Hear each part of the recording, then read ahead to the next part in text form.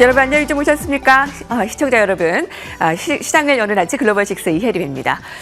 엔비디아를 드디어 달성했습니다. 첫 돌파이고요. 엔비디아가 오늘 시장에서 무려 9%나 급등했습니다. 어제 이 시간 외보다 더 정규장에서 더 상승폭을 확대하면서 환호의 흐름을 나타냈는데 지수는 3대 지수가 모두 약세 마감입니다. 다우지수는 무려 600포인트가 하락을 했는데요. 마이너스 1%의 하락 오래간만에 좀 보입니다. 이런 AI 효과, 엔비디아의 효과에도 불구하고 시장 투자자들의 관심은 금리 인하 지연에 더 초점을 맞췄습니다.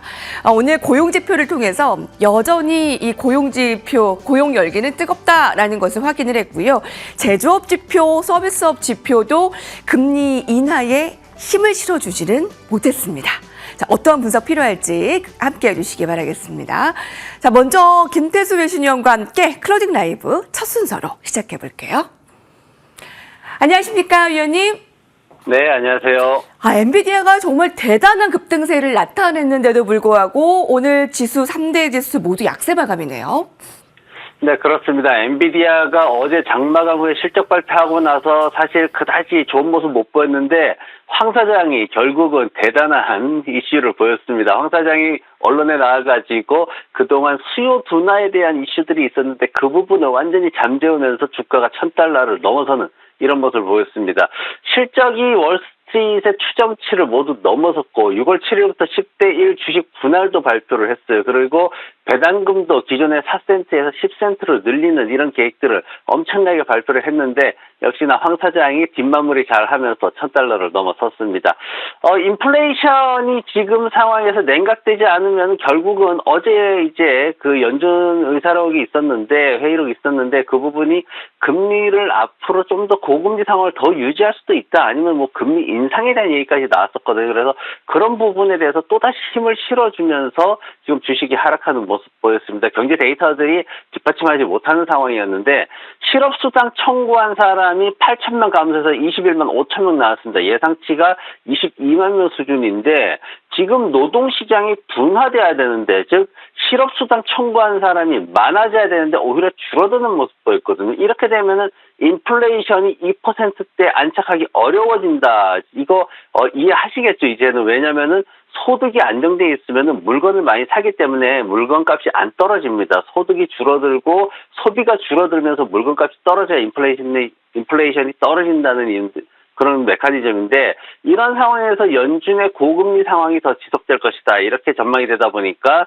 시장의 국채 수익률도 상승하고 이러면서 좀 압박을 하는 이런 모습이 보였습니다. 엔비디아 한 종목으로는 시장을 버티기는 금리 인하에 대한 그런 부분 우려가 굉장히 크다 이렇게 볼 수 있고 지금 다우지수 같은 경우에는 보잉이 7%나 빠지는 모습을 보였습니다. 그리고 인텔도 4%대 하락 보였고 맥도날드, 디즈니, 존슨앤존슨 이런 회사들이 2%대 하락하면서 애플도 지금 크게 하락하면서 전반적으로 하락하는 모습을 보였는데 종목들 중에는 지금 테슬라에 대한 얘기가 좀 나왔어요. 사실 테슬라에 대해서 시장이 굉장히 실망하는 모습이 좀 있었습니다. 뭐냐면은 이제 시장에서 이제 애뉴얼 리포트를 발표를 하는데 여기에 사실 그동안 계속 있었던 내용이 뭐였냐면은 2030년까지 2천만 대의 전기 자동차를 생산을 하겠다. 이제 그동안 계속 명시되어 있다가 이 부분이 완전히 삭제되어 버렸습니다. 블룸버그에서 얘기하는 거는 2천만 대 목표는 물거품이 됐다. 이렇게 표현하면서 사실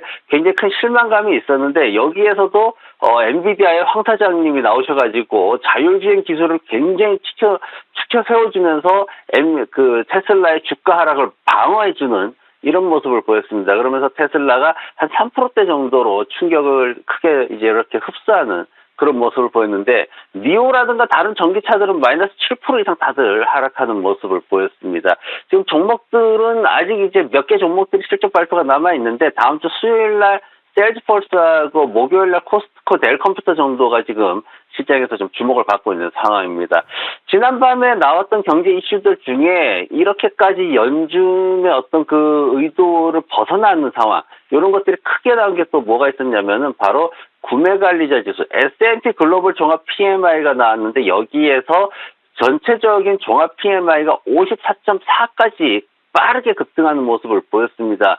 거기에다 제조업 같은 경우에도 50.9로 상승을 했고요. 서비스 같은 경우에도 다시 54.8로 크게 상승하면서 시장에서 경제가 굉장히 괜찮다라는 그런 안도감을 주는 상황인데 지금 S&P 글로벌 쪽에서 하는 얘기는 2분기에도 굉장히 GDP가 상승이 잘 될 것이다. 지금 이렇게 또 내놨습니다. 원래는 지금 연준에서 예상하는 거는 2분기 GDP가 다운되면서 경제가 살짝 연착륙으로 가면서 이제 인플레이션이 2%대 안착하는 그런 모습을 기대를 하고 9월 달에 금리 인하를 처음 이제 시작하는 그런 시나리오를 짜고 있는데 지금 이 상황이 이렇게 되다 보니까 이 모든 시나리오들이 연준이 더 지켜볼 수밖에 없는 어쩌면은 지금 인플레이션이 올라가 버리면은 금리를 한 번 더 인상할 수밖에 없는 이런 상황으로 가다 보니까 시장의 주요 지수들이 모두 하락하는 모습을 보였습니다.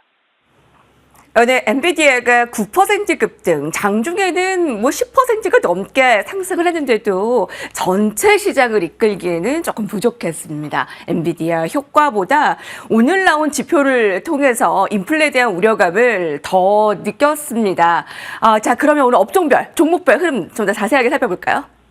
네, 부동산 업종이 가장 크게 하락하는 모습 보이고 전체적으로 다 모두 하락을 했습니다. 그중 이제 정보 기술 쪽도 하락하는 모습 보였고 오늘 이제 제가 봐야 될 게 인텔을 가지고 왔어요. 이제 반도체 쪽이 최근에 보면은 뭐 많이 올랐는데 올해 들어가지고 많이 올랐는데 지난밤에 인텔에 대한 얘기가 좀 뜨거웠습니다. 엔비디아가 시장에 이제 실적을 발표하면서 자연스럽게 엔비디아가 앞으로 어떤 사업을 하는 걸 봤는데 최근에 보면은 엔비디아가 게이밍 PC 이쪽 그래픽 카드를 생산을 하고 있죠. 그리고 CPU도 지금 생산을 하고 있는데 여기에 직접적인 타격을 받는 게 인텔이다라고 지금 얘기가 나왔습니다. 그러면서 이제 황 사장이 지난밤에 이제 얘기를 했던 게 뭐냐면은 이제 시장에서 이제 몇 사람들이 질문을 하는데 그 중에서 PC 시장에 대해서 이제 진입할 생각이 있냐 이런 얘기를 했는데 황 사장이 얘기하는 거는 마이크로소프트가 코파일럿 플러스 PC를 이제 공개를 했는데 여기에는 인텔의 우리가 그 노트북이나 컴퓨터 보면 항상 인텔 딱지가 붙여 있죠. 이게 없어도 되는 그런 PC가 만들어지고 있어서 새로운 시장이 열리고 있다 이렇게 얘기를 하는 건데 황 사장 역시도 지금 엔비디아에서 지금까지 어떤 인텔 기반의 PC 산업에서 벗어나가지고 새로운 시대에 새로운 제품들을 내놓을 수 있는 그런 가능성을 열었습니다. 그러다 보니까 인텔 주가가 마이너스로 크게 떨어지는 모습 보였고 어떤 앞으로 PC 시장에 있어가지고 새로운 형태로 또 산업이 진행될 것으로 그렇게 기대감도 또 좀 생기고 있는 상황이고 다음 주에 델 컴퓨터 실적 발표 앞두고 있는데 델 컴퓨터는 플러스가 되는 그런 모습도 보이기도 했습니다.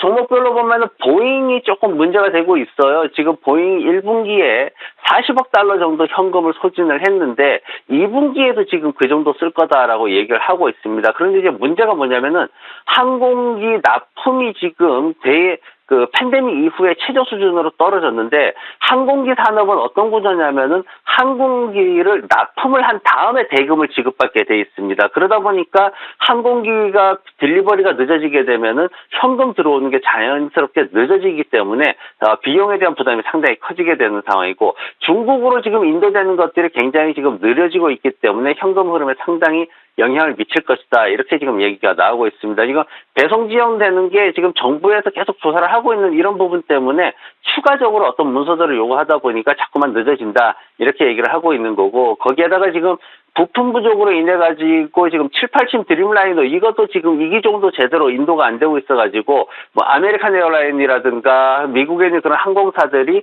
전반적으로 또 영향을 받는 이런 모습들도 좀 보였습니다. 그리고 스노플레이크에 대해 가지고도 또 이슈가 좀 있었는데 스노플레이크가 매출을 그래도 꽤 괜찮게 기록을 했습니다. 그리고 가이던스도 상향 조정했고 그럼에도 불구하고 주가가 하락을 했는데 수익 실현 물량이 굉장히 많이 터져 나왔습니다. 왜냐하면 펀더멘탈이 아직까지는 좀 부족하기 때문에 각종 지표들이 너무 과하다 이런 얘기들이 있었고 그러면서 5% 이상 하락하는 모습을 보였습니다. 미래 성장에 대해서 그래도 기대감이 좀 남아있는 모습이긴 한데 번스타인 같은 경우에는 목표 주가를 기존의 171달러에서 185달러까지 상향 조정하는 모습을 보였고 그리고 에버코어 같은 경우에도 지금 시장 수익률 상회 정도로 어떤 의견을 제시를 하고 목표 주가를 225달러로 상향 조정하는 모습이 있었습니다. 그래서 지금 스노플레이크 같은 경우에는 기존의 어떤 클라우드 산업이라든가 이런 것들이 인공지능에 의해 가지고 그렇게 크게 성장을 지금 못하고 있기 때문에 주가가 좀 주춤하는 그런 모습을 보이고 있습니다. 오늘 인텔과 보잉, 테슬라 이 약세의 종목입니다. 이 엔비디아가 뭐 10%의 급등을 보였어도 오늘 이 지표의 우려감, 엔비디아와 지표 굉장히 상반된 모습을 나타낸 하루였습니다. 김태수 외신위원과 같이 분석해봤습니다. 위원님 감사합니다. 네, 고맙습니다.